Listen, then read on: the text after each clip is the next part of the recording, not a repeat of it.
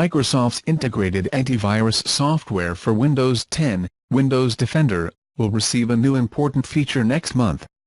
Microsoft has announced that Windows Defender will begin to remove software that has coercive messages or deceptive content to pressure it to pay for additional services or perform superfluous actions. This type of software is commonly known as scareware and is generally found in cleaner applications that are supposed to optimize their registration on a Windows PC or that promise to accelerate a machine. There has been an increase in freeware versions of programs that claim to scan computers for various errors and then use alarming and coercive messages to scare customers and buy a premium version of the same program, says Barak Shein of Microsoft's Windows Defender team. The paid version of these programs, generally called cleaner or optimizing applications, supposedly solves the problems discovered by the free version.